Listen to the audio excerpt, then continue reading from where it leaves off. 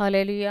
ദൈവത്തിൻ്റെ പരിശുദ്ധമായ നാമം വാഴ്ത്തപ്പെടുമാറാകട്ടെ. ഇന്നത്തെ ചിന്തയ്ക്കായി യോഹന്നാൻ്റെ സുവിശേഷം 20-ാം അധ്യായം അതിൻ്റെ 19-ാം വാക്യം.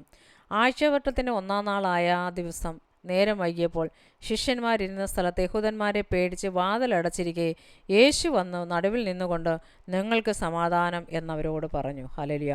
അതേ പ്രിയമുള്ളവരെ, നാം സേവിക്കുന്ന ദൈവം നമ്മുടെ അടുക്കൽ ഇറങ്ങി വരുന്ന ദൈവമാണ്.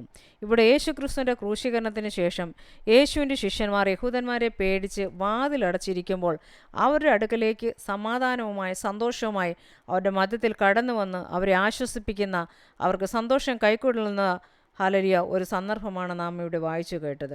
യേശുവിൻ്റെ ശിഷ്യന്മാർ നിരാശരായി, ഗുരു അവരോടൊപ്പം ഇല്ലാത്തതിനായി സമാധാനം നഷ്ടപ്പെട്ടവരായി, ഇനി എന്താണ് തങ്ങളുടെ ജീവിതത്തിൽ ഭവിക്കുന്നതെന്നോർത്ത് ഭയപ്പെട്ട് പുറത്തിറങ്ങുവാൻ ഭയമായി കതകടച്ചിരിക്കുന്ന ശിഷ്യന്മാരെയാണ് നാം ഇവിടെ ദർശിക്കുന്നത്.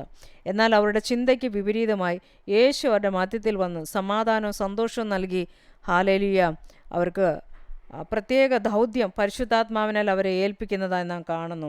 പ്രിയരെ, പലപ്പോഴും അസമാധാനത്തിൻ്റെയും നിരാശയുടെയും ഭയത്തിൻ്റെയും നാളുകളിൽ നീ കടന്നു പോയിട്ടില്ലേ? അവിടെ നിന്നെ കൈവിടാതെ നിന്നെ താങ്ങി നടത്തിയ ദൈവമല്ലേ നിൻ്റെ ദൈവം? അർഹിക്കാത്ത നന്മകളും അനുഗ്രഹങ്ങളും നിൻ്റെ മേൽ ദൈവം പകർന്നില്ലേ?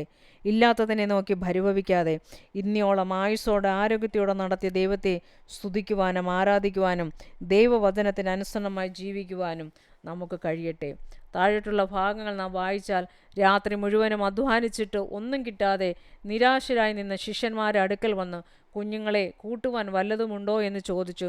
അവരുടെ വിശപ്പടക്കി, അവരുടെ കഠിനാധ്വാനവും അവരുടെ നിരാശയും മനസ്സിലാക്കി യേശു തീക്കനലിന്മേൽ ചുട്ട മീനും അപ്പവും നൽകി അവർക്ക് വിശപ്പടക്കി.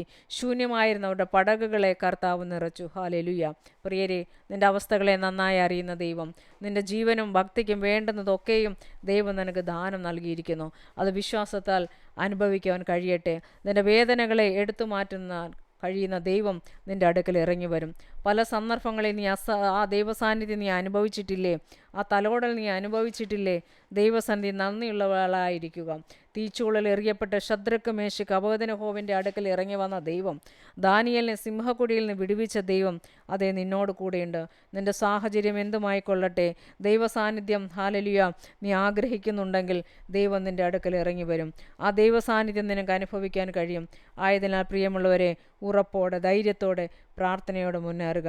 നിൻ്റെ പ്രതികൂലങ്ങളിൽ, നിൻ്റെ ആവശ്യങ്ങളിൽ, നിൻ്റെ വേദനയുടെ മധ്യത്തിൽ ദൈവസാന്നിധ്യം നീ അനുഭവിക്കുക തന്നെ ചെയ്യും. ഹല്ലേലൂയ. നരയ്ക്കുവോളം ഞാൻ നിന്നെ ചുമക്കാമെന്ന് ദൈവം വാഗ്ദത്തം ചെയ്തിട്ടുണ്ട്. ഇനിയും ആ ദൈവസാന്നിധ്യം നിന്നെ അനുഭവിക്കുവാൻ സർവശക്തനായ ദൈവം ഇടയാക്കട്ടെ എന്ന് ആത്മാർത്ഥമായി പ്രാർത്ഥിക്കുന്നു. അതേ ദൈവകരങ്ങളെ നമ്മെ തന്നെ സമർപ്പിക്കുക. നിൻ്റെ പ്രശ്നങ്ങളുടെ മധ്യത്തിൽ, നിൻ്റെ പ്രതികൂലങ്ങളുടെ മധ്യത്തിൽ നിൻ്റെ അടുക്കൽ ഇറങ്ങി വന്ന് നിന്നെ ആശ്വസിപ്പിക്കുന്ന ഒരു ദൈവമാണ് നിനക്കുള്ളത്. അതെ, ആ ദൈവത്തിൽ നമുക്ക് പ്രത്യാശ വെച്ച് ധൈര്യത്തോടെ സന്തോഷത്തോടെ മുന്നേറാം. God bless you.